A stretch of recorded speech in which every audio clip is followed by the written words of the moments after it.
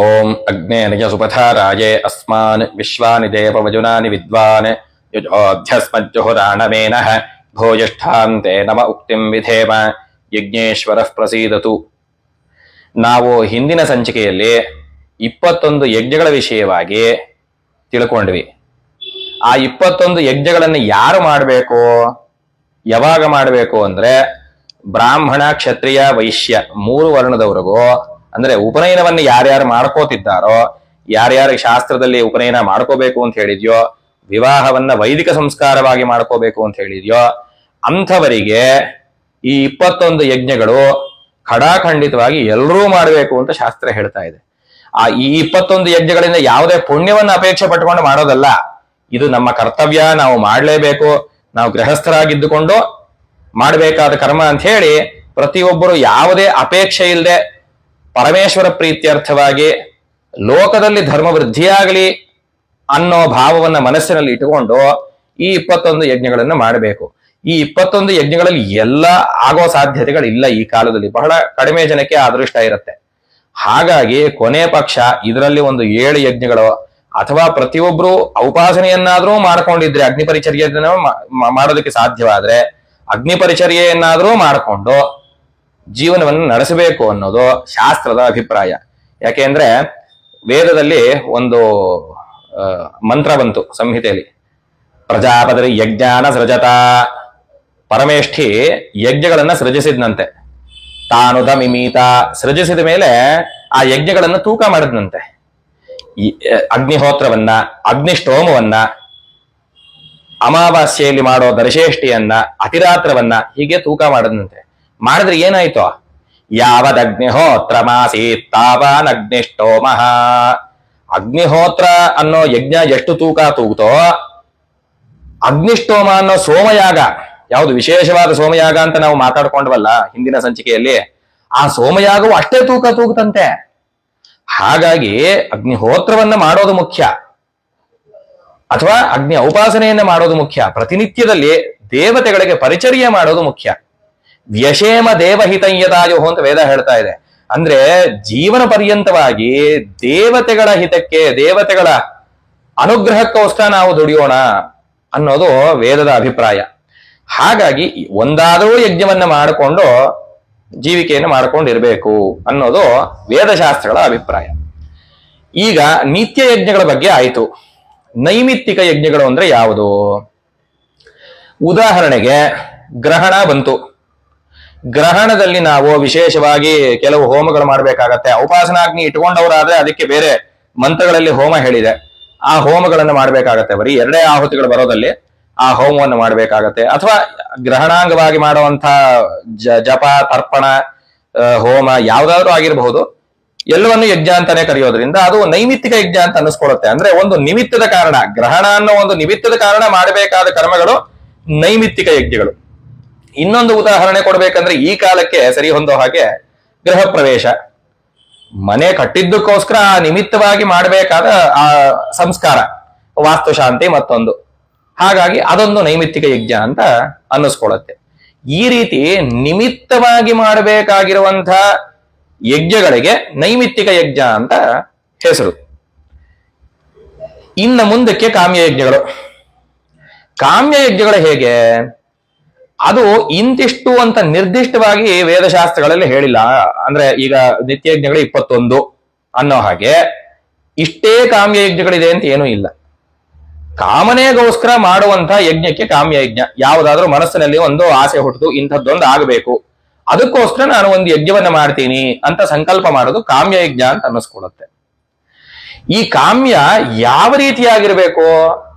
ಧರ್ಮವಿಹಿತವಾದ ಕಾಮನೆ ಇರಬೇಕು ಮನಸ್ಸಿನಲ್ಲಿ, ಧರ್ಮವಿಹಿತವಾದ ಆಸೆ ಇಟ್ಟುಕೊಂಡು ಯಜ್ಞವನ್ನ ಮಾಡಬೇಕು. ಅಧರ್ಮವಾಗಿ ಯಜ್ಞವನ್ನ ಮಾಡಬಾರದು, ಅದು ಫಲಿಸೋದಿಲ್ಲ ಅಂತ ಎಲ್ಲ ವೇದಶಾಸ್ತ್ರಗಳ ಅಭಿಪ್ರಾಯ. ಹೀಗೆ ಕಾಮ್ಯಯಜ್ಞವನ್ನಾಗ್ಲಿ ನಿತ್ಯ ನೈಮಿತ್ತಿಕ ಯಜ್ಞಗಳು ಯಾವುದಾದ್ರೂ ಆಗ್ಲಿ ಸರ್ವೇಶಾಂ ಅವಿರೋಧೇನ ಅಂತ ನಾವು ಪ್ರಾರಂಭದಲ್ಲಿ ಎಲ್ಲ ಯಜ್ಞಗಳಲ್ಲೂ ಹೇಳ್ತೀವಿ. ಆ ರೀತಿ ಸರ್ವೇಶಾಂ ಅವಿರೋಧೇನ ಅಂದ್ರೆ ಒಂದು ಸಣ್ಣ ಇರುವೆಗೂ ತೊಂದರೆ ಮಾಡದೆ ನಾನು ಯಜ್ಞವನ್ನ ಮಾಡ್ತೀನಿ ಅನ್ನೋದು ಅಭಿಪ್ರಾಯವಾಗಿರಬೇಕು. ಈಗ ಉದಾಹರಣೆಗೆ ಹೇಳಬೇಕು ಅಂದ್ರೆ, ಹಳೆ ಕಾಲದಲ್ಲಿ ಮನೆ ಗೃಹ ಪ್ರವೇಶ ಮಾಡಿದ್ರೆ, ಹಳೆ ಕಾಲ ಅಂದ್ರೆ ನಾ ಹೇಳ್ತಾರೆ ಸಾವಿರಾರು ವರ್ಷಗಳ ಹಿಂದೆ, ಆಗ ಮನೆಯಲ್ಲೇ ಗೋಶಾಲೆ ಇರ್ತಾ ಇತ್ತು. ಹಾಗಾಗಿ ಗೋವುಗಳನ್ನು ಪರಿವಾರದ ಸದಸ್ಯರು ಅಂತ ಟ್ರೀಟ್ ಮಾಡ್ತಾ ಇದ್ರು. ಹಾಗಾಗಿ ಆ ಕಾಲದಲ್ಲಿ ಮನೆ ಪ್ರವೇಶ ಮಾಡಬೇಕಾದ್ರೆ ಹಸುಗಳನ್ನು ಹಿಡ್ಕೊಂಡು ಜೊತೆಯಲ್ಲಿ ಕರ್ಕೊಂಡು ಹೋಗ್ತಿದ್ರು. ಮನೆ ಒಳಗಡೆ ಪ್ರವೇಶ ಮಾಡಿ ಗೋಶಾಲೆಗೆ ಹಸುಗಳನ್ನ ಬಿಡ್ತಿದ್ರು. ಇವರು ಮನೆ ಒಳಗಡೆ ಹೋಗ್ತಿದ್ರು. ಅದನ್ನ ಒಂದು ದೊಡ್ಡ ಶಾಸ್ತ್ರವೇ ಅಂತ ಮಾಡ್ಕೊಂಡು ಈ ಕಾಲದಲ್ಲಿ ಏನ್ ಮಾಡ್ತಿದ್ದಾರೆ, ಮಾರ್ಬಲ್ಲು ಗ್ರಾನೈಟು ಮನೆ ಕಟ್ತಾರೆ. ಆ ನೆಲಗಳಲ್ಲಿ ಹಸುಗಳಿಗೆ ಕಾಲ್ ಜಾರ್ತಾ ಇರುತ್ತೆ. ಆದ್ರೂನು ಹಠ ಹಿಡ್ಕೊಂಡು ನಾನು ಹಸುವನ್ನು ಪ್ರವೇಶ ಮಾಡೇ ಮನೆಗೆ ಹೋಗ್ತೀನಿ ಅಂತ ಆ ಹಸುವನ್ನು ಕರ್ಕೊಂಡು ಹೋಗಿ ಅದಕ್ಕೆ ಹಿಂಸೆ ಕೊಟ್ಟು ಅದಕ್ಕೆ ಭಯವಾಗಿ ಅದು ಗೋಮೂತ್ರವೋ ಗೋಮಯವೋ ಅಲ್ಲಿ ಹಾಕಿ ಅದಕ್ಕೆ ಸಂತೋಷ ಪಡ್ತಾರೆ ಜನ, ಅಯ್ಯೋ ಹಾಕ್ಬಿಡ್ತಿಲ್ಲಿ ಅಂತ. ಅದು ಭಯದಿಂದ ಹಾಕಿರೋದು. ನಾವು ಇರುವೆಗೆ ತೊಂದರೆ ಮಾಡದೆ ಯಜ್ಞವನ್ನ ಮಾಡಬೇಕು ಅಂತ ಸಂಕಲ್ಪ ಮಾಡ್ಕೊಂಡು ಆ ಪ್ರತಿಜ್ಞೆ ಮಾಡ್ಕೊಂಡು ಮುಂದಕ್ಕೆ ಇಷ್ಟು ದೊಡ್ಡದಾದ ಹಸು ನಮ್ಗೆ ಎಷ್ಟು ಶ್ರೇಷ್ಠವಾದದ್ದು. ವೇದದ ಭಗವದ್ಗೀತೆಯಲ್ಲೆಲ್ಲ ಹೇಳಿದ ಹಾಗೆ ಲೋಕದಲ್ಲೇ ತಾಯಿ ಸ್ವರೂಪರಾಗಿರುವಂತಹ ಹಸುವನ್ನ ಅಷ್ಟು ತೊಂದರೆ ಕೊಟ್ಟು ನಾವು ಯಜ್ಞವನ್ನ ಮಾಡೋದು ಯೋಗ್ಯವಲ್ಲ. ಅದು ಯಾವ ರೀತಿಯಾದ ಪುಣ್ಯವನ್ನೂ ಕೊಡೋದಿಲ್ಲ, ಪಾಪವನ್ನೇ ಕೊಡುತ್ತೆ. ಇದು ಸತ್ಯ. ಹಾಗಾಗಿ ಸರ್ವೇಶಾಮ ವಿರೋಧೇನ, ಯಾವ ತೊಂದರೆ ಯಾರಿಗೂ ಮಾಡದೆ ಯಜ್ಞಗಳನ್ನ ಮಾಡಬೇಕು, ಅದು ಫಲಸತ್ತೆ. ಈಗ ಹಾಗಾದ್ರೆ ಯಜ್ಞವನ್ನ ಯಾವ ರೀತಿ ಮಾಡಬೇಕು? ಯಜಮಾನನು ಅಂದ್ರೆ ಯಜ್ಞವನ್ನ ಮಾಡುವವನಿಗೆ ಯಜಮಾನ ಅಂತ ಹೆಸರು. ಆ ಯಜ್ಞವನ್ನ ಮಾಡೋ ಯಜಮಾನನಿಗೆ ಯಾವ ರೀತಿಯಾದ ಅರ್ಹತೆ ಇರಬೇಕು? ಸುಮ್ಮನೆ ಕಂಡವನ್ನ ನಾನು ಯಜ್ಞ ಮಾಡ್ತೀನಿ ಅಂತ ಕೂತ್ಕೊಂಡು ಹೋಮ ಮಾಡೋದಲ್ಲ, ಅದು ಫಲಿಸೋದಿಲ್ಲ ಆ ರೀತಿ. ಅದಕ್ಕೆ ಒಂದಷ್ಟು ಗುಣಗಳನ್ನ ಹೇಳಿದ್ದಾರೆ. ಆ ಗುಣಗಳು ಯಜಮಾನನಾದವನು ಯಜ್ಞವನ್ನ ಮಾಡುವಂತವನು ಸಂಪಾದನೆ ಮಾಡ್ಕೋಬೇಕು, ಮಾಡ್ಕೊಂಡು ಯಜ್ಞವನ್ನ ಮಾಡಬೇಕು. ಅವಾಗ ಯಜ್ಞದ ಫಲಿತ ಇರುತ್ತೆ, ಯಜ್ಞ ಫಲಿಸತ್ತೆ. ಯಾವುದು ಅದು ಅಂದ್ರೆ, ಗೌತಮ ಧರ್ಮಸೂತ್ರಗಳಲ್ಲೂ ಅಷ್ಟಾವಾತ್ಮಗುಣ ಅಂತ ಹೇಳ್ಬಿಟ್ಟು 8 ಗುಣಗಳನ್ನ ಹೇಳ್ತಾರೆ. ಅದು ಸಂಸ್ಕಾರಗಳು ಅಂತಾನೆ ಹೇಳ್ತಾರೆ. ಅಂದ್ರೆ ಈಗ ಉಪನಯನ, ವಿವಾಹ ಹೇಗೆ ಸಂಸ್ಕಾರಗಳು ಅಂತ ನಾವು ಕರೀತಾ ಇದ್ದೀವೋ ಆ ರೀತಿ ಈ 8 ಗುಣಗಳು ಅಳವಡಿಸ್ಕೊಳ್ಳೋದು ನಮ್ಮ ಜೀವನದಲ್ಲಿ ಸಂಸ್ಕಾರಗಳು ಅಂತ ಹೇಳ್ತಾರೆ. ಆ ರೀತಿ ಗುಣಗಳನ್ನ ಸಂಸ್ಕಾರವನ್ನ ಅಳವಡಿಸ್ಕೊಂಡು ಆ ಗುಣಗಳನ್ನ ಅಳವಡಿಸ್ಕೊಂಡು ಯಜ್ಞಗಳನ್ನ ಮಾಡಿದ್ರೆ ಅದರ ಸಂಪೂರ್ಣವಾದ ಯಥಾವತ್ತಾದ ಶಾಸ್ತ್ರೀಯವಾದ ಫಲ ಏನು ಹೇಳಿದೆಯೋ ಆ ಫಲ ಖಂಡಿತವಾಗಿ ಸಿಕ್ಕತ್ತೆ. ಹಾಗಾದ್ರೆ ಆ ಗುಣಗಳು ಯಾವುವು? ದಯಾ ಅನ್ನೋದು ಮೊದಲನೇ ಗುಣ. ಇಲ್ಲಿ ನಾವು ಒಂದು ಕಥೆಯನ್ನ ನೆನಪಿಸ್ಕೋಬಹುದು. ದಯೆ ಅಂದ್ರೆ ಸರ್ವಭೂತಗಳಲ್ಲಿ ದಯೆ ಇರಬೇಕು. ಈಗ ಸರ್ವೇಶಾಮ ವಿರೋಧೇನ ಅಂತ ಹೇಳಿದ್ನಲ್ಲ ನಾನು, ಅದು ದಯೆನೆ. ಈ ರೀತಿ ಒಂದು ಕಥೆ ಇದೆ. ಉಶೀನರ ಅನ್ನೋ ಒಬ್ಬ ಮಹಾರಾಜನ ಕಥೆ ಮಹಾಭಾರತದಲ್ಲಿ ವನಪರ್ವದಲ್ಲಿ ಬರುತ್ತೆ. ಈ ಉಶೀನರ ಮಹಾರಾಜ ಯಮುನಾ ನದಿ ತೀರದಲ್ಲಿ ಒಂದು ಯಜ್ಞವನ್ನ ಮಾಡ್ತಿರ್ತಾನೆ. ಆಗ ಇವನನ್ನ ಪರೀಕ್ಷೆ ಮಾಡೋದಕ್ಕೋಸ್ಕರ ಇವನು ಆ ಕಾಲಕ್ಕೆ ಅತ್ಯಂತ ಧರ್ಮಿಷ್ಠ ಅನ್ನೋ ಹೆಸರನ್ನು ತಗೊಂಡಿರ್ತಾನೆ. ಅತ್ಯಂತ ಧಾರ್ಮಿಕನಾದವನು ಅಂತ. ಹಾಗಾಗಿ ಇವನನ್ನ ಪರೀಕ್ಷೆ ಮಾಡೋದಕ್ಕೆ ಇಂದ್ರ ಅಗ್ನಿ ಇಬ್ಬರು ದೇವತೆಗಳು ಬರ್ತಾರೆ. ಇಂದ್ರ ಗಿಡುಗದ ರೂಪವನ್ನು ತಗೊಂಡು ಬರ್ತಾನೆ. ಅಂದ್ರೆ ಗಿಡುಗ ಅಂದ್ರೆ ಹಾಕ್ ಅಥವಾ ವಲ್ಚರ್ ಅಂತ ಹೇಳಬಹುದು, ಆ ರೀತಿ ರೂಪವನ್ನ. ಅಗ್ನಿ ಒಂದು ಪಾರಿವಾಳದ ರೂಪವನ್ನ ತಗೊಂಡು ಇಬ್ರು ಬರ್ತಾರೆ.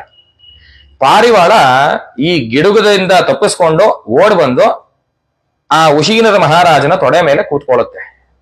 ಪ್ರಾಣ ರಕ್ಷಣಾರ್ಥಿಯಾಗಿ, ಪ್ರಾಣವನ್ನ ಕಾಪಾಡುವಂತ ಕೇಳಿಕೊಂಡು ರಕ್ಷಣಾರ್ಥಿಯಾಗಿ ಬರುತ್ತೆ.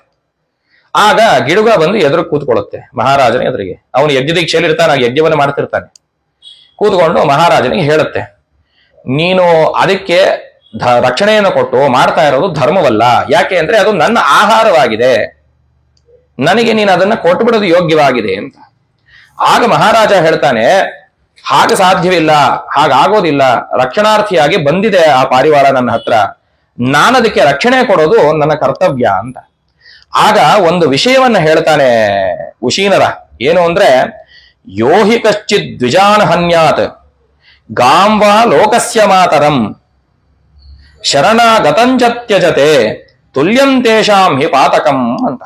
ಅಂದ್ರೆ ದ್ವಿಜರಂದ ವೇದಾಧ್ಯಯನವನ್ನ ಮಾಡಿದ ಬ್ರಾಹ್ಮಣರನ್ನ ಕೊಂದ್ರೆ ಯಾವ ಪಾಪ ಬರುತ್ತೋ, ಲೋಕಕ್ಕೆ ತಾಯಿ ಸ್ವರೂಪವಾಗಿರುವಂತ ಹಸುವನ್ನ ಕೊಂದ್ರೆ ಯಾವ ಪಾಪ ಬರುತ್ತೋ, ಶರಣಾಗತರಾಗಿ ನಮ್ಮನ್ನ ನಂಬಿಕೊಂಡು ಯಾರಾದ್ರೂ ಬಂದಾಗ ಅವರಿಗೆ ಮೋಸ ಮಾಡಿದ್ದಾಗ್ಲಿ, ರಕ್ಷಣೆಯನ್ನ ಕೊಡಲ್ಲ ಅಂತ ಅವ್ರನ್ನ ಬಿಟ್ಟಿದ್ದಾಗ್ಲಿ ಮಾಡಿದ್ದಾದ್ರೆ ಅದೇ ಪಾಪ ಬರುತ್ತೆ ಅಂತ ಹೇಳ್ತಾನೆ ಇಲ್ಲಿ ಉಶೀನರ ಮಹಾರಾಜ. ಹಾಗಾಗಿ ನಾನು ಬಿಟ್ಕೊಡಕ್ ಆಗೋದಿಲ್ಲ ಅಂತ. ಹೀಗೆ ಇವರಿಬ್ಬರದು ಗಿಡುಗುದ್ದು ಮತ್ತೆ ಮಹಾರಾಜಂದು ಸಂವಾದ ನಡೆಯುತ್ತೆ.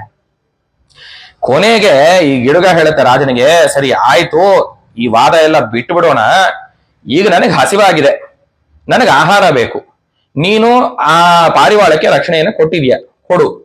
ಆದರೆ ಅದಕ್ಕೆ ಸರಿಗೆ ಅದರ ಸಮಾನವಾದ ತೂಕವನ್ನು ತೂಗುವಂತ ಮಾಂಸವನ್ನ ನನಗೆ ಕೊಡು. ಅದು ಬೇರೆ ಯಾವ ಪ್ರಾಣಿ ಮಾಂಸ ಬೇಡ, ನಿನ್ನ ಶರೀರದ ಮಾಂಸವೇ ಆಗಿರಬೇಕು ಅಂತ ಕೇಳತ್ತೆ. ಆಗ ಮಹಾರಾಜ ಏನ್ ಮಾಡ್ತಾನೆ, ಆಯ್ತು ಹಾಗೆ ಆಗ್ಲಿ ಅಂತ ವಚನ ಕೊಟ್ಟು ಅವನ ಶರೀರದ ಒಂದು ಭಾಗವನ್ನ ಒಂದು ತಕಡಿ ತರಿಸ್ತಾನೆ. ಒಂದು ಕಡೆ ಆ ಪಾರಿವಾಳವನ್ನು ಇಟ್ಟು ಇನ್ನೊಂದು ಕಡೆ ಅವನ ಶರೀರದ ಒಂದು ಭಾಗವನ್ನು ಕತ್ತರಿಸಿ ಹಾಕ್ತಾನೆ. ಇನ್ನ ತೂಗೋದೇ ಇಲ್ಲ, ಪಾರಿವಾಳ ಭಾರ ಜಾಸ್ತಿ ಆಗತ್ತೆ. ಇನ್ನೊಂದು ಶರೀರದ ಭಾಗವನ್ನು ಕತ್ತರಿಸಿ ಹಾಕ್ತಾನೆ, ಮತ್ತೂ ಸಾಕಾಗಲ್ಲ ಆ ಭಾರವನ್ನ ಸರಿ ದೂಗೋದಿಕ್ಕೆ. ಕೊನೆಗೆ ಹೀಗೆ ಮಾಡ್ತಾ ಮಾಡ್ತಾ ಇದು ಯಾಕೋ ಸರಿ ಹೋಗಲ್ಲ ಅಂತ ಹೇಳಿ ಅವನ ಶರೀರವನ್ನೇ ತಗೊಂಡೋಗಿ ಅದರಲ್ಲಿ ಇಟ್ಟುಬಿಡ್ತಾನೆ ಪೂರ್ಣವಾಗಿ. ಆಗ ಇದರಿಂದ ಇಂದ್ರ ಮತ್ತೆ ಅಗ್ನಿ ಇಬ್ರು ದೇವತೆಗಳು ಮೆಚ್ಚಿ ಅವರ ನಿಜವಾದ ಸ್ವರೂಪವನ್ನು ತೋರಿಸಿ, ನಿಜವಾಗಲೂ ನೀನು ದಯಾವಂತನು, ಸರ್ವಭೂತಗಳಿಗೂ ಸರ್ವ ಪ್ರಾಣಿಗಳಿಗೂ ದಯೆಯನ್ನು ತೋರಿಸ್ತೀಯ, ನೀನು ಮಾಡೋ ಯಜ್ಞ ಅಕ್ಷಯವಾದ ಫಲ ಕೊಡ್ಲಿ ನಿನಗೆ, ಆಚಂದ್ರಾರ್ಕವಾಗಿ ನಿನ್ನ ಕಥೆಯನ್ನ ಎಲ್ರೂ ಹೇಳ್ಕೋತಾ ಇರ್ಲಿ, ಎಲ್ರೂ ನಿನ್ನನ್ನು ಹೊಗಳ್ತಾ ಇರ್ಲಿ, ನಿನಗೆ ಅಪರಿಮಿತವಾದ ಪುಣ್ಯಲೋಕಗಳು ಸಿಗಲಿ ಅಂತ ಹೇಳಿಬಿಟ್ಟು ವರವನ್ನು ಕೊಟ್ಟು ಇಬ್ರು ಅಂತರ್ಧಾನರಾಗ್ತಾರೆ. ಹಾಗಾಗಿ ಕೊನೆಯ ಪಕ್ಷ ಯಜ್ಞವನ್ನು ಮಾಡಬೇಕಾದ್ರೆ ದಯಾ ಅನ್ನೋ ಗುಣವನ್ನ ಇಟ್ಟುಕೊಂಡು ಮಾಡಬೇಕು. ಮುಂದಿನ ಗುಣ ಕ್ಷಮ. ಸರ್ವಭೂತೇಶು ಕ್ಷಾಂತಿ, ಅಂದ್ರೆ ಎಲ್ಲ ಭೂತಗಳಲ್ಲಿ ಕ್ಷಮಾಗುಣವನ್ನ ಇಟ್ಕೊಂಡಿರ್ಬೇಕು. ಕೊನೆಯ ಪಕ್ಷ ಪ್ರತಿನಿತ್ಯದಲ್ಲಾಗ್ಲಿಲ್ಲ ಅಂದ್ರೆ ಯಜ್ಞವನ್ನು ಮಾಡೋ ಕಾಲದಲ್ಲಾದ್ರೂ, ಯಜ್ಞ ದೀಕ್ಷೆಯಲ್ಲಾದ್ರೂ ಆ ರೀತಿ ಇರಬೇಕು. ಯಾರ ಮೇಲೆ ಸುಮ್ನೆ ಕೋಪ ಮಾಡ್ಕೊಳ್ಳೋದು ಅಥವಾ ಕೋಪದಿಂದ ಬೈಯೋದು, ಇಲ್ಲಿ ಹೋಮ ಮಾಡ್ತಾ ಇರೋದು, ಅಲ್ಲಿ ಏನೋ ಅನ್ನೋದು, ಇಲ್ಲಿ ಮಾಡೋದು, ಆ ರೀತಿ ಮಾಡೋದ್ರಿಂದ ಫಲ ಸಿಕ್ಕೋದಿಲ್ಲ. ಶಾಂತ ಚಿತ್ತ, ಶಾಂತ ಮನಸ್ಕರಾಗಿರಬೇಕು. ಇದು ಎರಡನೇ ಗುಣ. ಮೂರನೇ ಗುಣ ಅನಸೂಯ. ಒಬ್ಬರ ವಿಷಯದಲ್ಲಿ ಅಸೂಯೆಯನ್ನು ಇಟ್ಟುಕೊಂಡು ಯಜ್ಞವನ್ನ ಮಾಡಿದ್ದಾದ್ರೆ ಫಲಿಸೋದಿಲ್ಲ. ಇದಕ್ಕೆ ಒಳ್ಳೆ ಉದಾಹರಣೆ ಅಂದ್ರೆ ಮಹಾಭಾರತದಲ್ಲಿ ಯುಧಿಷ್ಠಿರ ಮಹಾರಾಜ ರಾಜಸೂಯ ಯಾಗವನ್ನ ಮಾಡ್ದ ಅಂತ ಹೇಳಿ ದುರ್ಯೋಧನ ನಾನೂ ಮಾಡ್ತೀನಿ ಅಂತಾನೆ. ಅಸೂಯೆಯಿಂದ ಅವನು ಮಾಡ್ದ, ಅದಕ್ಕೆ ನಾನು ಮಾಡಬೇಕು ಅಂತ ಅವನನ್ನ ವನಕ್ಕೆ ಪಾಂಡವರನ್ನೆಲ್ಲ ವನಕ್ಕೆ ಅಟ್ಟುಬಿಟ್ಟು ನಾನು ಯಜ್ಞವನ್ನ ಮಾಡ್ತೀನಿ ಅಂತ ಕೂತ್ಕೋತಾನೆ. ಆಗ ಋಷಿಗಳೆಲ್ಲ ಹೇಳ್ತಾರೆ, ಹಾಗಾಗೋದಿಲ್ಲ ಅಣ್ಣ, ಅವನು ಯಜ್ಞವನ್ನ ಮಾಡಿದ್ದಾನೆ ರಾಜಸೂಯ, ಮತ್ತೆ ಅವನು ಇರ್ಬೇಕಾದ್ರೆ ನೀನು ಮಾಡೋದು ಯೋಗ್ಯವಲ್ಲ, ಹಾಗಾಗಿ ವೈಷ್ಣವ ಮಹಾಯಾಗವನ್ನ ಮಾಡು ನೀನು ಅಂತ ಹೇಳಿ ಉಪದೇಶವನ್ನ ಕೊಡ್ತಾರೆ ಎಲ್ಲ ಋಷಿಗಳವನಿಗೆ. ಅಸೂಯೆಯಿಂದಲೇ ಅವನು ವೈಷ್ಣವ ಮಹಾಯಾಗವನ್ನು ಮಾಡೋದು. ಅವನು ದೊಡ್ಡ ಯಜ್ಞವನ್ನ ಮಾಡ್ದ, ನಾನು ಹಾಗೆ ಮಾಡಿ ನಾನು ಹೆಸರು ಕೀರ್ತಿಯನ್ನು ಸಂಪಾದನೆ ಮಾಡಬೇಕು ಎಲ್ಲರ ಹತ್ರ ಅಂತ. ಆದ್ರೆ ಆ ಯಜ್ಞದಿಂದ ಅವನಿಗೆ ಅಪರಿಮಿತವಾದ ಪುಣ್ಯಲೋಕಗಳು ಯಾವುದೂ ಪ್ರಾಪ್ತವಾಗ್ಲಿಲ್ಲ, ಅಲ್ಪಕಾಲವಾದ ಸ್ವರ್ಗ ಪ್ರಾಪ್ತವಾಯಿತು ಅಷ್ಟೇ. ಅಸೂಯೆಯಿಂದ ಮಾಡಿದ್ದಕ್ಕೆ. ಯಜ್ಞ ಮಾಡಿದ್ರೆ ಫಲ ಇದ್ದೇ ಇರತ್ತೆ, ಇಲ್ಲದೆ ಇರೋದಿಲ್ಲ, ಆದ್ರೆ ಅಲ್ಪಕಾಲವಾದ ಫಲ ಸಿಕ್ಕುದು ಅಷ್ಟೇ. ಮತ್ತೆ ಮುಂದಕ್ಕೆ ಶೌಚ, ನಾಲ್ಕನೇ ಗುಣ. ಅಂದ್ರೆ ತ್ರಿಕರಣ ಅಂತ ಏನ್ ಕರೀತಾ ಇದ್ದೀವಿ, ಮನಸ್ಸು, ವಾಕು, ಶರೀರ, ಈ ಮೂರು ಕರಣಗಳಲ್ಲೂ ಶುದ್ಧಿ ಅನ್ನೋದನ್ನ, ಶೌಚವನ್ನ ಕಾಪಾಡಿಕೊಂಡು ಯಾವುದಾದ್ರೂ ಯಜ್ಞವನ್ನ ಮಾಡಬೇಕು. ಮನಸ್ಸಲ್ಲಿ ಒಳ್ಳೆ ಭಾವನೆಯನ್ನು ಇಟ್ಟುಕೊಂಡು, ಯಾರ ಬಗ್ಗೆನೂ ಅಸೂಯೆ, ಯಾವುದೇ ರೀತಿಯಾದ ಬೇರೆ ದುಷ್ಟ ಭಾವನೆಗಳು ಇಲ್ಲದೆ, ಮಾತ್ಸರ್ಯವಿಲ್ಲದೆ ಮನಸ್ಸನ್ನ ಶುದ್ಧವಾಗಿ ಇಟ್ಕೊಂಡಿರೋದನ್ನ ಮಾನಸಿಕ ಶೌಚ ಅಂತ ಕರೀತಾರೆ. ವಾಕ್, ಬಾಯಿ ಅಂದ್ರೆ ಮಾತುಗಳು, ಒಳ್ಳೆಯ ಮಾತುಗಳು, ಮಂಗಳಕರವಾದ ಮಾತುಗಳನ್ನ ಆಡಬೇಕು. ಅಮಂಗಲವಾದ ಮಾತುಗಳು ಅಶೌಚವನ್ನು ಕೊಟ್ಟು ಬಿಡುತ್ತೆ. ಹಾಗಾಗಿ ಮಂಗಲಕರವಾದ ಮಾತುಗಳನ್ನ ಆಡಿಕೊಂಡು ಯಜ್ಞವನ್ನ ಮಾಡಬೇಕು. ಶರೀರ ಶುದ್ಧಿ ಹೇಗೆ? ಸ್ನಾನಾದಿಗಳನ್ನ ಮಾಡೋದು, ಒಳ್ಳೆ ಒಗೆದು ಮಡಿಯಲ್ಲಿ ಎರವಾಕಿರುವಂತಹ ಬಟ್ಟೆಗಳನ್ನು ಉಟ್ಕೊಂಡು ಯಜ್ಞವನ್ನ ಮಾಡೋದು, ಇದು ಶರೀರ ಶುದ್ಧಿ. ಈ ಕಾಲದಲ್ಲಿ ನಾವು ನೋಡ್ತೀವಿ, ಯಾರು ಆ ರೀತಿ ಒಂದು ನಾಳೆ ಯಾವುದೋ ಹೋಮ ಇದೆ ಮತ್ತೊಂದಿದೆ ಅಂದ್ರೆ ಹಿಂದಿನ ದಿವಸ ಸ್ನಾನಕ್ಕೆ ಹೋಗ್ಬೇಕಾದ್ರೆ ವಸ್ತ್ರಗಳನ್ನ ಹಿಂಡಾಕಿ ಮಡಿಗೆ ಹಾಕೊಂಡು ಮಾಡೋ ಪದ್ಧತಿನೇ ಕಳ್ಕೊಂಡು ಬಿಟ್ಟಿದೆ. ಆ ರೀತಿ ಮಾಡಿದ್ರೆ ಫಲಿಸೋದಿಲ್ಲ. ಈ ಮೂರು ರೀತಿಯಾದ ಶೌಚವೂ ಇರಬೇಕು ಯಾವುದೇ ರೀತಿಯಾದ ಯಜ್ಞವನ್ನು ಮಾಡೋ ಯಜಮಾನನಿಗೆ. ಮುಂದಕ್ಕೆ ಅನಾಯಾಸ ಅಂದ್ರೆ ಈಗ ನಾವು ನೋಡ್ತೀವಿ ಸಾಧಾರಣವಾಗಿ ಎಲ್ಲಾ ಅವನ ತಲೆ ಮೇಲೆ ಹಾಕೊಂಡು ಅಲ್ಲಿ ಏನೋ ಕೆಲಸ, ಇಲ್ಲಿ ಏನೋ ಕೆಲಸ, ಪೂಜೆ ಮಾಡ್ತಾ ಇರೋದು, ಎದ್ದು ಓಡ್ ಹೋಗೋದು, ಅಲ್ಲಿ ಏನೋ ಒಂದು ಯಾರಿಗೋ ಫೋನ್ ಮಾಡೋದು ಅಥವಾ ಮತ್ತೊಂದೇನೋ ಹೇಳೋದು, ಓಡ್ ಬರೋದು, ಕೂತ್ಕೊಳ್ಳೋದು, ಪೂಜೆ ಮಾಡೋದು. ಈ ರೀತಿ ಮಾಡ್ತಿದ್ರೆ ಚಿತ್ತ ಮತ್ತೆ ಮನಸ್ಸು ಅದರಲ್ಲಿ ಕಾನ್ಸಂಟ್ರೇಷನ್ ಅನ್ನೋದು ಎಲ್ಲಿ ಇಟ್ಕೊಳ್ಳುತ್ತೆ? ಸಾಧ್ಯವಾಗೋದಿಲ್ಲ, ಏಕಾಗ್ರತೆ ಬರೋದಿಲ್ಲ. ಹಾಗಾಗಿ ಅನಾಯಾಸನಾಗಿ ಕೂತ್ಕೊಂಡು, ಶಾಂತವಾಗಿ ಕೂತ್ಕೊಂಡು ಏಕಾಗ್ರತೆಯಿಂದ ಪೂಜಾದಿಗಳು ಯಜ್ಞಾದಿಗಳನ್ನ ಮಾಡಬೇಕು. ಹಾಗಾಗಿ ಅನಾಯಾಸ. 6ನೇ ಗುಣ ಮಂಗಲ. ಈಗ ನೋಡಿ, ಕಾರ್ಯಕ್ರಮವನ್ನ ಪ್ರಾರಂಭ ಮಾಡಬೇಕು, ಯಾವುದೋ ಒಂದು ಯಜ್ಞವನ್ನ ಮಾಡಬೇಕು ಅಂದ್ರೆ ಹಳೆ ಕಾಲದಿಂದ ಬಂದಿರೋ ಪದ್ಧತಿ. ಆ ದಂಪತಿಗಳನ್ನ ಕೂರಿಸಿಬಿಟ್ಟು ಅವರಿಗೆ ಎಣ್ಣೆ ಶಾಸ್ತ್ರ ಅಂದ್ರೆ ಸಪ್ತ ಚಿರಂಜೀವಿಗಳನ್ನ ಜ್ಞಾಪಿಸ್ಕೊಂಡು ಆ ಎಣ್ಣೆ ಬಿಂದುಗಳನ್ನ ಕೆಳಗಡೆ ಹಾಕಿ ಅವ್ರನ್ನ ಜ್ಞಾಪಿಸ್ಕೊಂಡು ಅದಾದ ಮೇಲೆ ಎಣ್ಣೆ ಶಾಸ್ತ್ರವನ್ನ ಮಾಡಿ ಅವರಿಗೆ ಮಂಗಲ ಸ್ನಾನವನ್ನ ಮಾಡಿಸಿ ಶುಭ್ರವಾಗಿರುವಂತಹ ಬಟ್ಟೆಗಳನ್ನು ಉಟ್ಕೊಂಡು ಅವರು ಯೋಗ್ಯವಾದ ಮಾತುಗಳನ್ನು ಆಡ್ಕೊಂಡು, ಮಹಾಭಾರತದಲ್ಲಿ ಅಷ್ಟಮಂಗಲ ದ್ರವ್ಯಗಳು ಅಂತ ಹೇಳಿದ್ದಾರೆ. ಅದರ ಬಗ್ಗೆ ಇನ್ನೊಂದು ಸಂಚಿಕೆಯಲ್ಲಿ ಮಾತಾಡ್ತೀನಿ. ನೀರು, ಗರಿಕೆ ಇದೆಲ್ಲ ಅಷ್ಟಮಂಗಲ ದ್ರವ್ಯಗಳಲ್ಲಿ ಬರುತ್ತೆ. ಅಂಥ ಮಂಗಲ ದ್ರವ್ಯಗಳನ್ನ ಸ್ಪರ್ಶ ಮಾಡಿಕೊಂಡು ಕೂತ್ಕೊಂಡು ಯಾವುದಾದ್ರೂ ಒಂದು ಶುಭ ಕರ್ಮವನ್ನ ಪ್ರಾರಂಭ ಮಾಡಬೇಕು. ಇದು ಮಂಗಲ ಅಂತ ಅನ್ನಿಸ್ಕೊಳತ್ತೆ. ಮುಂದಿನ 7ನೇ ಗುಣ ಅಕಾರ್ಪಣ್ಯ. ಇದು ಬಹಳ ಮುಖ್ಯವಾದ್ದು. ಯಾಕೆಂದ್ರೆ ಈ ಕಾಲದಲ್ಲಿ ಆ ಯೋಚನೆನೇ ಪರ್ಸ್ಪೆಕ್ಟಿವ್ ಅಂತೀವಲ್ವಾ, ಅದು ಬಹಳ ಬದಲಾವಣೆ ಆಗೋಗಿದೆ. ಅಕಾರ್ಪಣ್ಯ ಅಂದ್ರೆ ದಾನ ಮಾಡೋದು, ಮನಸ್ಸು ಬಿಚ್ಚಿ ಬೇಜಾರು ಮಾಡ್ಕೊಂಡಲ್ಲ. ಯಾವುದಾದ್ರೂ ಯಜ್ಞವನ್ನ ಮಾಡಬೇಕಾದ್ರೆ ದಾನ ಎಷ್ಟು ಮುಖ್ಯ ಅಂದ್ರೆ ಭಗವದ್ಗೀತೆ 17ನೇ ಅಧ್ಯಾಯದಲ್ಲಿ ಕೃಷ್ಣ ಆಹಾರ, ಯಜ್ಞ, ತಪಸ್ಸು, ದಾನ ಈ 4 ವಿಷಯಗಳ ಬಗ್ಗೆ ಸಾತ್ವಿಕವಾದ್ದು ಯಾವುದು, ರಾಜಸವಾದ್ದು ಯಾವುದು, ತಾಮಸವಾದ್ದು ಯಾವುದು ಅಂತ ಹೇಳ್ಕೊಂಡು ಬರ್ತಾನೆ. ಅದರಲ್ಲಿ ಯಜ್ಞವನ್ನ ಮಾಡಿ ಸರಿಯಾಗಿ ದಕ್ಷಿಣೆಯನ್ನ ಕೊಡದೆ ಹೋದ್ರೆ ಅದು ತಾಮಸ ಯಜ್ಞ ಅಂತ ಕೃಷ್ಣ ಹೇಳಿದ್ದಾನೆ. ಹಾಗಾಗಿ ಯೋಗ್ಯವಾಗಿ ದಕ್ಷಿಣೆಯನ್ನು ಕೊಡಬೇಕು. ಅಂದ್ರೆ ಇವನೇನೋ ಯಾರೋ ಬಂದ್ರು ಬ್ರಾಹ್ಮಣರು, ಅವ್ರೇನೋ ಒಂದು ಕೂಲಿ ಕೆಲಸ ಮಾಡಿಸ್ಬಿಟ್ಟು ಹೋಗ್ತಿದ್ದಾರೆ, ಈ ಕರ್ಮಕ್ಕೆ ನಾನು ಇಷ್ಟು ಕೊಡಬೇಕು ಅನ್ನೋದಲ್ಲ ಭಾವನೆ. ಯಥೇಚ್ಛವಾಗಿ ನಮಗೆ ಎಷ್ಟು ಸಾಮರ್ಥ್ಯ ಇರುತ್ತೋ ಆ ಸಾಮರ್ಥ್ಯಕ್ಕೆ ಅನುಗುಣವಾಗಿ ಮನಸ್ಸಿಗೆ ಸಂತೋಷ ಪಟ್ಕೊಂಡು ನಾವು ಎಷ್ಟು ಅನ್ಕೋತೀವೋ ಅದಕ್ಕಿಂತ ಸ್ವಲ್ಪ ಅಧಿಕವಾಗಿ ದಾನವನ್ನು ಕೊಟ್ಟು ಸಂತೋಷವಾಗಿ ಕಳಿಸ್ಕೊಡ್ಬೇಕು ಅನ್ನೋದು ಮುಖ್ಯ. ಇಲ್ಲಿ ಇದೇ 17ನೇ ಅಧ್ಯಾಯ, ಭಗವದ್ಗೀತೆ 17ನೇ ಅಧ್ಯಾಯದಲ್ಲಿ ದಾನದ ವಿಷಯವಾಗಿ ಕೃಷ್ಣ ಈ ರೀತಿ ಹೇಳಿದ್ದಾನೆ. ದಾತವ್ಯಮಿತಿ ಯದ್ದಾನಂ ದೀಯತೆ ನುಪಕಾರಿಣೆ ದೇಶೇ ಕಾಲೇ ಚ ಪಾತ್ರೇ ಚ ತದ್ದಾನಂ ಸಾತ್ವಿಕಂ ಸ್ಮೃತಂ. ಸಾತ್ವಿಕವಾಗಿ ದಾನ ಹೇಗೆ ಮಾಡಬೇಕು ಅಂದ್ರೆ ದಾನವನ್ನ ದಾತವ್ಯಮಿತಿ ಅಂದ್ರೆ ಕರ್ತವ್ಯ ನಂದು, ನಾನು ದಾನವನ್ನ ಮಾಡಬೇಕು. ಇಲ್ಲಿ ಬರೀ ಯಜ್ಞದಲ್ಲಿ ಅಂತ ಹೇಳಿಲ್ಲ, ಜೀವನ ಪರ್ಯಂತವಾಗಿ ದಾನ ಮಾಡಬೇಕು ಅನ್ನೋ ಬುದ್ಧಿ ಇರಬೇಕು ಮನುಷ್ಯನಿಗೆ. ನನ್ನ ಕರ್ತವ್ಯ ಅದು, ನಾನು ದಾನವನ್ನ ಮಾಡಬೇಕು ಅನ್ನೋ ಬುದ್ಧಿಯನ್ನು ಇಟ್ಕೊಂಡು ದಾನವನ್ನ ಮಾಡಬೇಕು. ದೀಯತೆ ಅನುಪಕಾರಿಣೆ ಅಂದ್ರೆ ದಾನವನ್ನು ಮಾಡ್ಬೇಕಾದ್ರೆ ಇವನಿಗೆ ದಾನ ಕೊಟ್ರೆ ನನಗೆ ಇವನಿಂದ ಏನೋ ಉಪಕಾರವಾಗತ್ತೆ, ಮುಂದಕ್ಕೆ ಇವನನ್ನ ಸಂತೋಷ ಪಡಿಸಬೇಕು ಅಂತ ಹೇಳಿ ದಾನ ಮಾಡೋದಲ್ಲ. ಅನುಪಕಾರಕನಿಗೆ, ಯಾರಿಂದ ನನಗೆ ತಿರ್ಗಾ ಉಪಕಾರವಾಗೋದಿಲ್ವೋ ಅಂಥವನಿಗೆ ದಾನವನ್ನು ಮಾಡಿ ಮರ್ತು ಬಿಡ್ಬೇಕು. ಅದನ್ನ ತಿರ್ಗಾ ನಾನು ದಾನ ಮಾಡಿದೆ ಇವ್ ನನಗೆ ಉಪಕಾರ ಮಾಡ್ಬೇಕು ಅಂತ ನೆನೆಸ್ಕೋಬಾರ್ದು. ದೇಶ ಕಾಲೇಚ ಪಾತ್ರೇಚ, ದೇಶ ಕಾಲಗಳನ್ನ ಅರ್ಥಕೊಂಡು ದಾನವನ್ನ ಮಾಡಬೇಕು.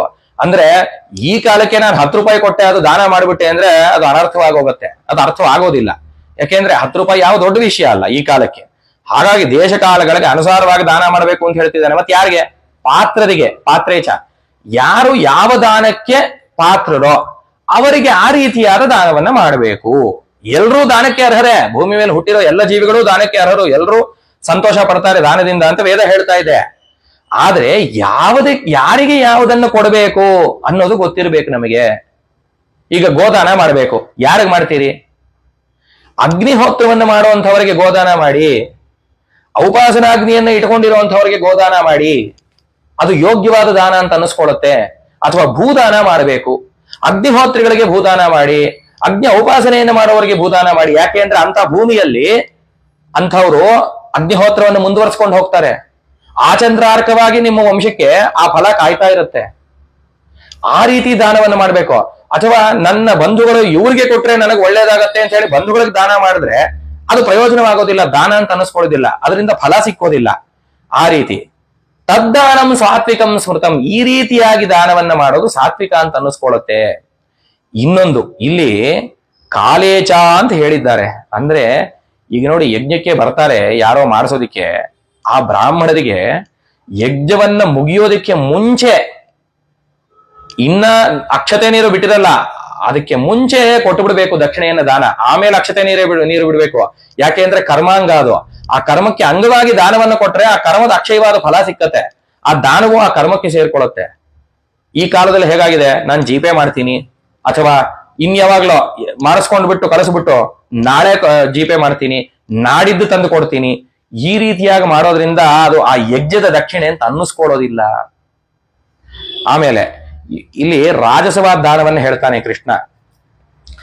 ಎತ್ತು ಪ್ರತ್ಯುಪಕಾರಾರ್ಥಂ ಫಲಮುದ್ದೇಶ್ಯವಾ ಪುನಃ ದೀಯತೆ ಚ ಪರಿಕ್ಲಿಷ್ಟಂ ತದ್ದಾನಂ ರಾಜಸಂಸ್ಮೃತಂ ಅಂತ ಹೇಳ್ತಿದ್ದಾನೆ. ಅಂದ್ರೆ ನಾನು ದಾನವನ್ನ ಕೊಟ್ಟು ಅದರಿಂದ ನಾನು ಏನಾದರೂ ಪ್ರತ್ಯುಪಕಾರವನ್ನ ಬಯಸ್ತಾ ಇದ್ರೆ ಅವನಿಂದ, ಅಥವಾ ಯಾವುದಾದ್ರೂ ಫಲವನ್ನ ಉದ್ದೇಶವಾಗಿ ಇಟ್ಟುಕೊಂಡು ನಾನು ದಾನವನ್ನ ಮಾಡ್ತಿದ್ರೆ, ಅಥವಾ ಪರಿಕ್ಲಿಷ್ಟಂ ಸಂಕಟ ಪಟ್ಕೊಂಡು ದಾನ ಮಾಡೋದು, ಖುಷಿಯಾಗಿ ಮಾಡಲ್ಲ, ಅಯ್ಯೋ ಕೊಟ್ಟು ಬಿಡ್ತಾ ಇದ್ದೀನಿ ಅಂತ ಗೋಳಾಡ್ಕೊಂಡು ಕೊಡೋದು, ಈ ರೀತಿಯಾದ ದಾನ ಮಾಡೋದೇನಿದೆ ಅದನ್ನ ರಾಜಸವಾದ ದಾನ ಅಂತ ಹೇಳ್ತಾನೆ.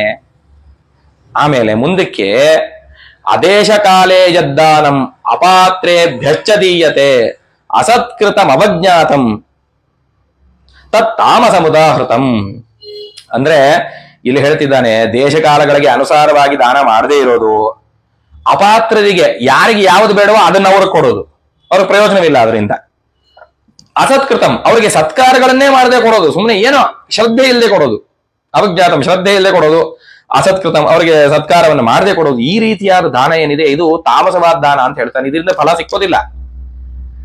ಹಾಗಾಗಿ ಅದರಲ್ಲೂ ವೇದದಲ್ಲಿ ಒಂದು ಕಡೆ ಬರುತ್ತೆ, ದಾನೈ ಯಜ್ಞಾನಾಂ ವರೂಥಂ, ಅಂದ್ರೆ ಯಜ್ಞಗಳಲ್ಲಿ, ಇಲ್ಲಿ ಸಾಯಣಾಚಾರ್ಯರು ಭಾಷ್ಯದಲ್ಲಿ ಹೀಗೆ ಹೇಳ್ತಾರೆ, ಗೋಹಿರಣ್ಯಾದಿದಾರಂ ಯಜ್ಞಾನಾಂ ಸಂಬಂಧಿನಿ ದಕ್ಷಿಣಾ ಭವತಿ. ಗೋದಾನ, ಹಿರಣ್ಯ ಅಂದ್ರೆ ಆ ಕಾಲದಲ್ಲಿ ಸುವರ್ಣವನ್ನೇ ದಾನ ಮಾಡ್ತಾ ಇದ್ರು. ಇಂಥ ದಾನಗಳಲ್ಲಿ ಯಜ್ಞಗಳ ಸಂಬಂಧಿಯಾದ ದಕ್ಷಿಣೆ ಅಂತ ಅನ್ನಿಸ್ಕೊಳ್ಳುತ್ತೆ. ತಸ್ಮಾತ್ ವರೂಥಂ ಶ್ರೇಷ್ಠಂ. ಹಾಗಾಗಿ ಇಂಥ ದಾನಗಳು ಯಜ್ಞದಲ್ಲಿ ಮಾಡೋ ದಾನಗಳೇನಿದೆ ದಕ್ಷಿಣೆ, ಅದು ಶ್ರೇಷ್ಠವಾದ್ದು ಅಂತ ವೇದ ಹೇಳ್ತಾ ಇದೆ. ಆಮೇಲೆ ಲೋಕೇಪಿ ದಾತಾರಂ ಪುರುಷಂ ವೇದಶಾಸ್ತ್ರವಿದೋ ಮೂಢಶ್ಚ ಸರ್ವೇಪಿ ಪುರುಷಾ ಉಪಜೀವಂತಿ. ಅಂದ್ರೆ ಲೋಕದಲ್ಲಿ ದಾನವನ್ನ ಮಾಡೋದ್ರಿಂದ, ಯಾರು ದಾನವನ್ನ ಮಾಡ್ತಾನೆ ದಾತ, ಅವನನ್ನ ಆಶ್ರಯಿಸಿಕೊಂಡು ವೇದ ವಿದ್ವಾಂಸರಾಗಿರ್ಬಹುದು ಅಥವಾ ಅವನು ಮೂಢನಿರ್ಬಹುದು, ಏನೋ ತಿಳಿದೇ ಇರೋವನಾಗಿರ್ಬಹುದು, ಎಲ್ಲರೂ ಜೀವನವನ್ನ ನಡೆಸ್ತಾರೆ ಅವನಿಂದ. ಈ ರೀತಿ ಜೀವನ ನಡೆಸೋದ್ರಿಂದ ಎಷ್ಟು ಪುಣ್ಯ ದಾನ ಮಾಡೋವನಿಗೆ. ಆಮೇಲೆ ಇನ್ನ ಮುಂದಕ್ಕೆ ಹೇಳ್ತಾರೆ, ದಾನೇ ಸರ್ವಂ ಪ್ರತಿಷ್ಠಿತಂ. ಹಾಗಾಗಿ ದಾನದಲ್ಲಿ ಎಲ್ಲ ಅಡಗಿದೆ, ದಾನದಲ್ಲೇ ಪ್ರತಿಷ್ಠಿತವಾಗಿದೆ. ತಸ್ಮಾತ್ ದಾನಂ ಪರಮಂ ವದಂತಿ. ಹಾಗಾಗಿ ದಾನ ಅನ್ನೋದು ಪರಮಶ್ರೇಷ್ಠವಾದ್ದು. ಆ ರೀತಿ ದಾನವನ್ನು ಮಾಡಬೇಕು, ಅದು ಯೋಗ್ಯವಾದ ದಾನ. ಇಲ್ಲಿ 17ನೇ ಅಧ್ಯಾಯದಲ್ಲಿ ಕೃಷ್ಣ ಕೊನೆಯಲ್ಲಿ ಒಂದು ಶ್ಲೋಕವನ್ನ ಹೇಳ್ತಾನೆ.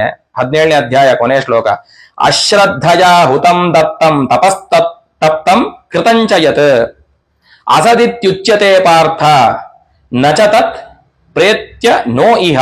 ಅಂದ್ರೆ ಅಶ್ರದ್ಧೆಯಿಂದ ಹೋಮವನ್ನ ಮಾಡಿದ್ದು, ದಾನವನ್ನ ಮಾಡಿದ್ದು, ತಪಸ್ಸನ್ನ ಮಾಡಿದ್ದು, ಅಥವಾ ಯಾವುದೇ ಕರ್ಮವನ್ನ ಮಾಡಿದ್ದು, ಕೃತಂಚಯತೆ ಯಾವುದೇ ಕರ್ಮವನ್ನ ಆಗಿರಬಹುದು ಮಾಡಿದ್ದು, ಅಸದಿತ್ಯುಚ್ಯತೆ ಅದು ಅಸತ್ ಅಂತ ಕರೆಸ್ಕೊಳ್ಳುತ್ತೆ ಅಂತ ಪಾರ್ಥನಿಗೆ ಅರ್ಜುನನಿಗೆ ಹೇಳ್ತಾ ಇದ್ದಾನೆ ಕೃಷ್ಣ.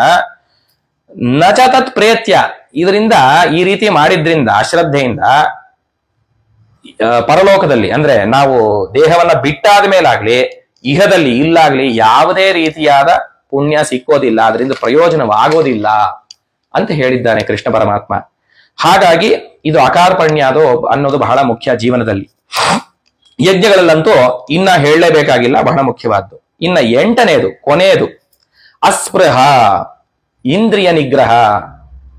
ಇಲ್ಲಿ ಯಾವುದಾದ್ರೂ ಯಜ್ಞವನ್ನೋ ಪೂಜೆಯನ್ನೋ ಮಾಡ್ತಾ ಇರೋದು, ಅಲ್ಲಿ ಅಡಿಗೆ ಮನೆಯಲ್ಲಿ ಒಗ್ಗರಣೆ ಹಾಕಿದ ತಕ್ಷಣ, ಆ ವಾಸನೆ ಬಂದಿದ ತಕ್ಷಣ ಹೊಟ್ಟೆ ಹಸಿವೋ ಮನಸ್ಸು ಚಿತ್ತ ಎರಡು ಅಡಿಗೆ ಮನೆಯಲ್ಲಿ ಕೂತಿರುತ್ತೆ. ಇಲ್ಲಿ ಪೂಜೆ ಸುಮ್ಮನೆ ಯಾಂತ್ರಿಕವಾಗಿ ಆಗ್ತಾ ಇರತ್ತೆ. ಆ ರೀತಿ ಆಗಬಾರದು. ಶ್ರದ್ಧೆ ಬೇಕು ಅಂದ್ರೆ ಇಂದ್ರಿಯಗಳ ನಿಗ್ರಹ ಬೇಕು. ಇಂದ್ರಿಯಗಳನ್ನೆಲ್ಲ ಕ್ರೋಢೀಕರಿಸ್ಕೊಂಡು ಒಂದು ಯಜ್ಞವನ್ನು ಮಾಡ್ಬೇಕಾಗತ್ತೆ. ಈ ರೀತಿ ಇಷ್ಟೆಲ್ಲ ಸೇರಿಸ್ಕೊಂಡು ಈ ಗುಣಗಳನ್ನೆಲ್ಲ ಅಳವಡಿಸ್ಕೊಂಡು ನಾನು ಸಾಧಾರಣವಾಗಿ ಬಹಳ ಕಡೆ ನೋಡಿದ್ದೀನಿ, ಪಕ್ಕದಲ್ಲಿ ಮೊಬೈಲ್ ಇಟ್ಕೊಂಡು ಕೂತಿರ್ತಾರೆ, ಹೋಮ ಮಾಡ್ತಿರ್ತಾರೆ ಅಥವಾ ಪೂಜೆ ಮಾಡ್ತಿರ್ತಾರೆ. ಫೋನ್ ರಿಂಗ್ ಆದ್ರೆ ತಕ್ಷಣ ಅದನ್ನ ನಿಲ್ಸ್ಬಿಟ್ಟು ಫೋನ್ ತೆಗಿತಾರೆ. ಅಲ್ಲಿಗೆ ಆ ಶ್ರದ್ಧೆ ಎಲ್ಲ ಹಾಳಾಗೋಯ್ತು. ಅಥವಾ ಈ ಕ್ಯಾಮರಾವನೋ ಫೋಟೋವನೋ ಬರ್ತಾನೆ, ಎದುರುಗ್ ನಿಂತ್ಕೋತಾನೆ, ಒಂದು ಪೋಸ್ ಕೊಡಿ ಅಂತಾನೆ. ಇವನ್ ಇಲ್ಲಿ ಯಜಮಾನ ಪ್ರಾರ್ಥನೆ ಮಾಡ್ತಾ ಕೂತಿರ್ತಾನೆ. ಇವನ್ ತಕ್ಷಣ ಅಲ್ಲಿ ಪೋಸ್ ಕೊಡೋದು ಮುಖ್ಯವಾಗತ್ತೆ, ಪ್ರಾರ್ಥನೆ ನಿಂತು ಹೋಗತ್ತೆ. ಅಲ್ಲಿಗೆ ಆ ಶ್ರದ್ಧೆ ಮುಗಿಯಿತು.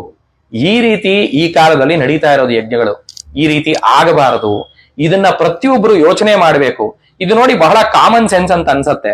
ಪ್ರತಿಯೊಬ್ರು ಯೋಚನೆ ಮಾಡಿದ್ರೆ ಇದು ಸತ್ಯ ಅಂತ ಅನ್ಸತ್ತೆ. ಇದನ್ನೇ ವೇದಶಾಸ್ತ್ರಗಳಲ್ಲಿ ಹೇಳಿದ್ದಾರೆ. ವೇದ ಹೇಳ್ತಾ ಇದೆ, ಯೋ ವೈ ಶ್ರದ್ಧಾ ಮನಾರಭ್ಯ ಯಜ್ಞೇ ನಯಜತೆ ನಾಸ್ಯೇಷ್ಟ ಅಶ್ರದ್ಧತೆ. ಅಶ್ರದ್ಧೆಯಿಂದ ಪ್ರಾರಂಭ ಮಾಡಿದ ಯಜ್ಞ ಅವನಿಗೆ ಇಷ್ಟ ಪ್ರಾಪ್ತಿಯನ್ನ ಮಾಡೋದಿಲ್ಲ ಅಂತ ಹೇಳ್ತಾ ಇದೆ. ಹಾಗೆ ನಾವು ಆಮೇಲೆ ಯಜ್ಞಗಳನ್ನ ದೂಷಣೆ ಮಾಡೋದ್ರಿಂದ ಪ್ರಯೋಜನವಿಲ್ಲ. ಅಯ್ಯೋ ನಾನು ಈ ಯಜ್ಞ ಮಾಡಿದೆ, ನನಗೆ ಇದು ಫಲ ಕೊಡ್ಲಿಲ್ಲ ಅಂತ. ಅದನ್ನ ಶ್ರದ್ಧೆಯಿಂದ ಮಾಡಬೇಕು. ಮಾಡಿದ್ರೆ ಖಂಡಿತ ಫಲಿಸತ್ತೆ. ಈ ರೀತಿ ಪ್ರತಿಯೊಬ್ಬರೂ ಯಜ್ಞವನ್ನ ಮಾಡಬೇಕಾದ್ರೆ ಇದನ್ನೆಲ್ಲ ಯೋಚನೆ ಮಾಡಿ ಅದನ್ನೆಲ್ಲ ಅಭ್ಯಾಸದಿಂದ ಅಳವಡಿಸ್ಕೊಂಡು ಯಾವುದಾದ್ರೂ ಒಂದು ಯಜ್ಞವನ್ನ ಮಾಡೋದು ಯೋಗ್ಯ ಅಂತ ಅನ್ನಿಸ್ಕೊಳ್ಳುತ್ತೆ. ಇನ್ನ ಮುಂದಿನ ಸಂಚಿಕೆಯಲ್ಲಿ ಯಾವ ರೀತಿಯಾದ ಋತ್ವಿಜರ್ನ ಆಚಾರ್ಯನನ್ನ ವರ್ಣನೆ ಮಾಡಬೇಕು ಅನ್ನೋ ವಿಷಯಗಳನ್ನ ನೋಡೋಣ.